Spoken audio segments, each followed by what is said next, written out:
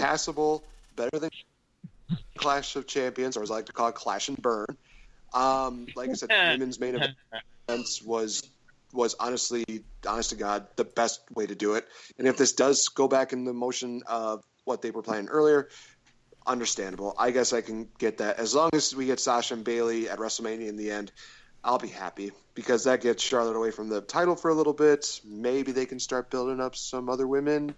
I wouldn't mind seeing Billie Kay and Peyton Royce on the main roster. Jeez Louise. That duo there is about as good as Lay Cool was back in the day. Jeez. Mm-hmm. But that's for another time. So, here are my final thoughts on Hell in a Cell. Overall, in my opinion, a good show. Match of the night, Kevin Owens and Seth Rollins. That was match of the night.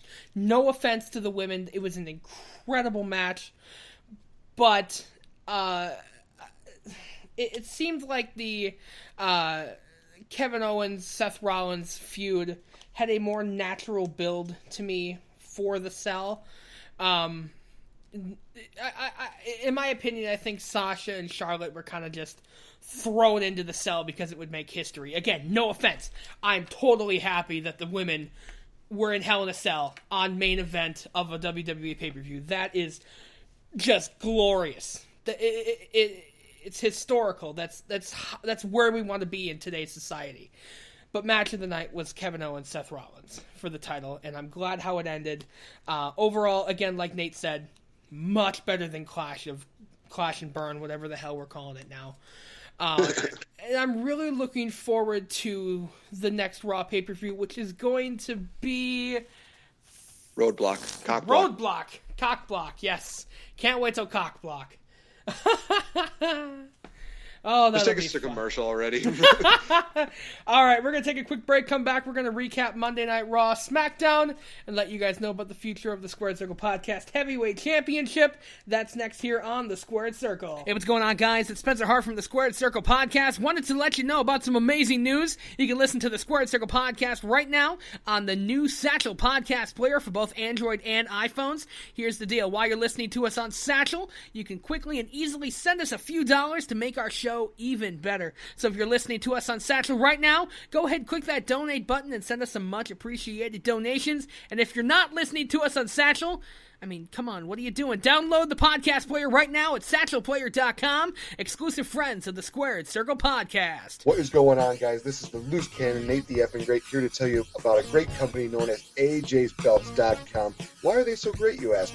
Well, let me tell you, they have every single championship belt that you can imagine, from classic championships to modernized championships. Hell, even they do MMA championships. They have great deals on championship belts. And I know what you're thinking. What if you can't afford them right now? No problem. They have a great layaway program, as well as if you go through PayPal credit, you can get your championship belts right away. A&J's Belts, the proud sponsors of the Squared Circle Podcast.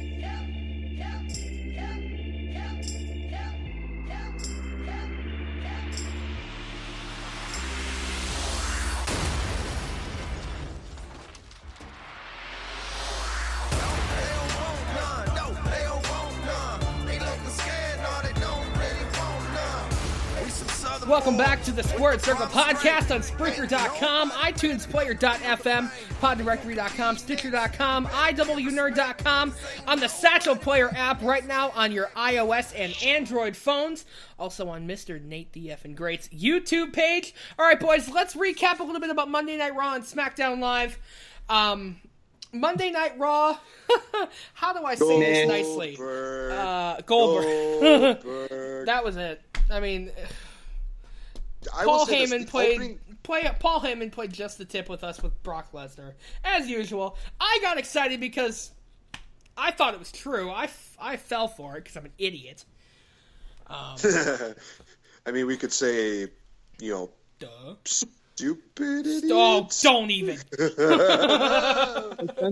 Spencer, guess what? Yes, babe. You're on the list. You just made the list. I want to talk about that in just a bit, but honestly, you know what you were on the list, though? You're on the list because you did it. Oh, God. I'm going to have to get a soundbite of that. I'm going to have to get the list. You just made the list! Oh, I'm gonna have my God, yeah. But all honesty, the opening segment with Goldberg, Paul Heyman, and Rusev, I thought it was still pretty good. I mean, all honesty, Goldberg actually made a comment. He said that he felt like there was some ring rust, and he thought it was because of being away from the ring for so long. I didn't see any ring rust really with Goldberg when he was in there. I mean, let me finish my thought. Let me finish my thought at least, because here's the thing. This guy was away for about 12 years, and he does a great jackhammer to Rusev, and then from there, Paul Heyman just standing there like, "Oh shit, this is what my client's getting into." But next thing you know, as Adam Bloppy would say,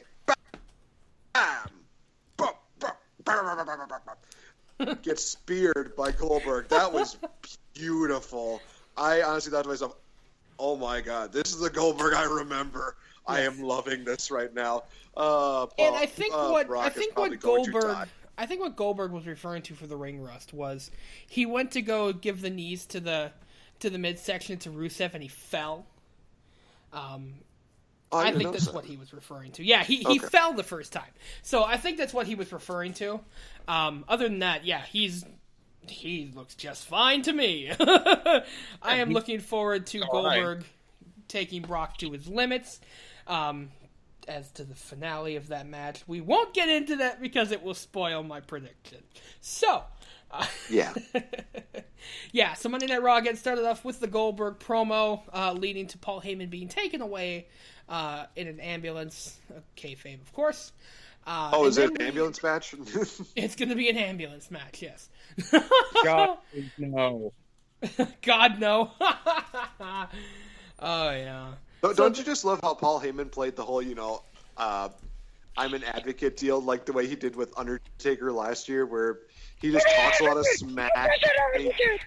He talks about Brock beating him in front of his kid, in front of his wife, and just as he gets really into it, he just has that. I have a coworker who is pregnant, and she goes like through these immediate mood swings, and that was like kind of what Paul Heyman went through. He was like immediately went from like getting all pumped up and crazy, and then like an instant he's just like, "No, I'm just an advocate. I'm just an advocate." I'm like, dude, you talked to Goldberg that way, you're going to die. Yeah. I don't care if he's 40 or 50 years old. I am still intimidated by that guy. He will kill you. Yes. It doesn't matter. He does right now kind of look like the uncle that could tear you in half. He does that. Yeah, so then we get Enzo Amore and Luke Gallows in a trick or street fight. Let me preface that by saying I enjoyed this match. Usually a trick or street fight, in my opinion, is... Can go fat one. A trick or street fight usually, in my opinion, is... How do I say this? Shit!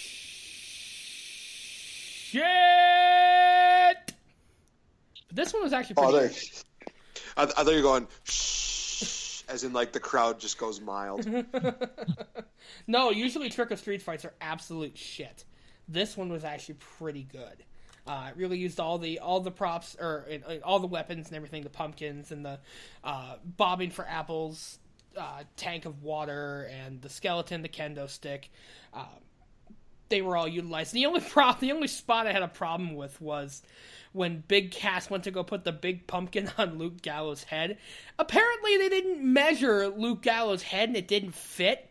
So he's just like holding the pumpkin there while he's going to get DDT'd by Enzo Amore. I'm like, over to you, Botchamania. Apparently they didn't measure very well, or Big Cass grabbed the wrong pumpkin. It's possible. Yeah, okay. Enzo Amore defeats Luke Gallows. That was a pretty easy street fight. Nothing really further. The feud in that one, really. After that... I want to talk about this because this I thought was effing amazing. Because honestly, it made Roman Reigns look a lot better. It was the segment between Foley, Owens, Jericho, and the soon-to-be Bardam, the guy with the wet hair, Roman Reigns, who comes out because Foley announces who the Survivor Series team was going to be, which we'll get into in just a minute.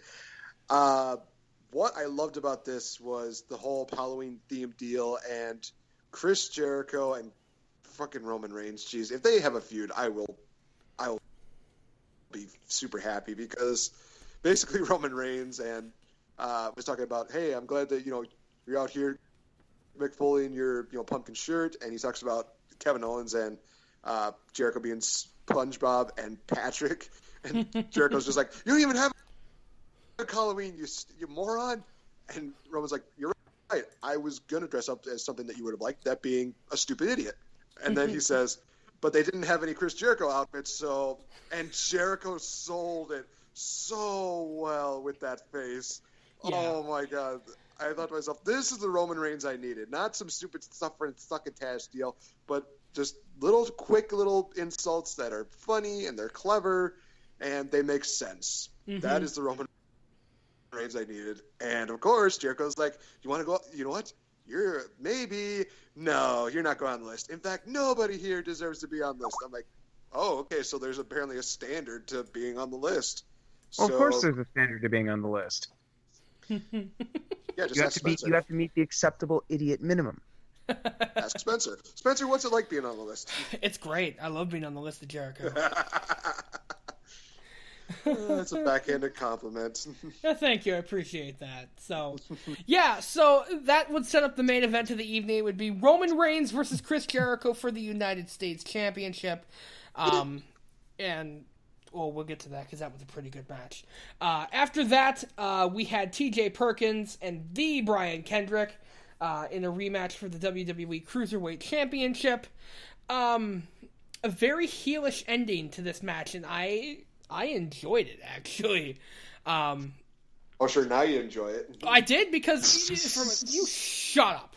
From a storyline standpoint and from heel versus face standpoint, this was a great way to kind of waste TJ Perkins' rematch clause. So you got TJ and the Brian Kendrick brawling outside the ring. Referee gets to a count of 8. TJ hops back in the ring. Brian Kendrick kind of like half hops in and then hops back out. Referee counts to 10, rings the bell. TJ wins by countout, but Brian retains his championship because it was a countout. It doesn't count. Ha ha ha, dick. Chirping. Yeah. I gotta agree with you there, though.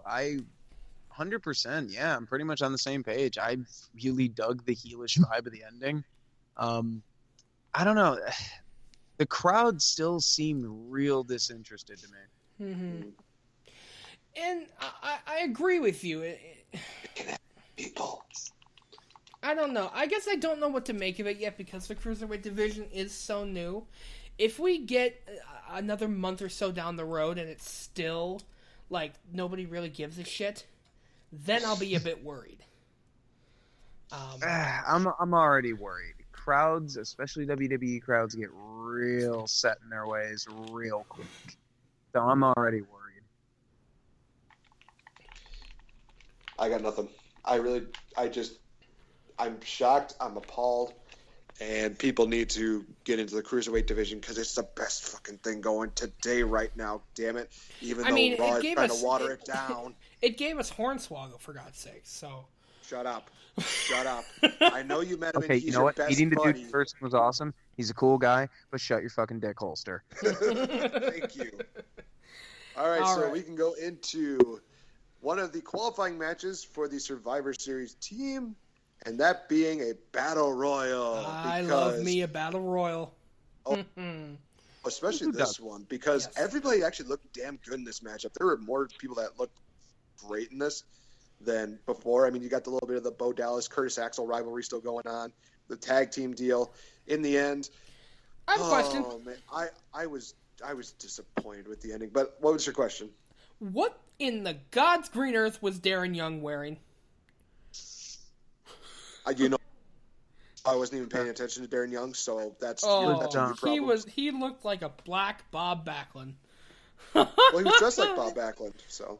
Someone needs to hashtag that on Twitter. Hashtag Black Bob Backlund. Black Bob. Say that 5 times fast. No, thank you.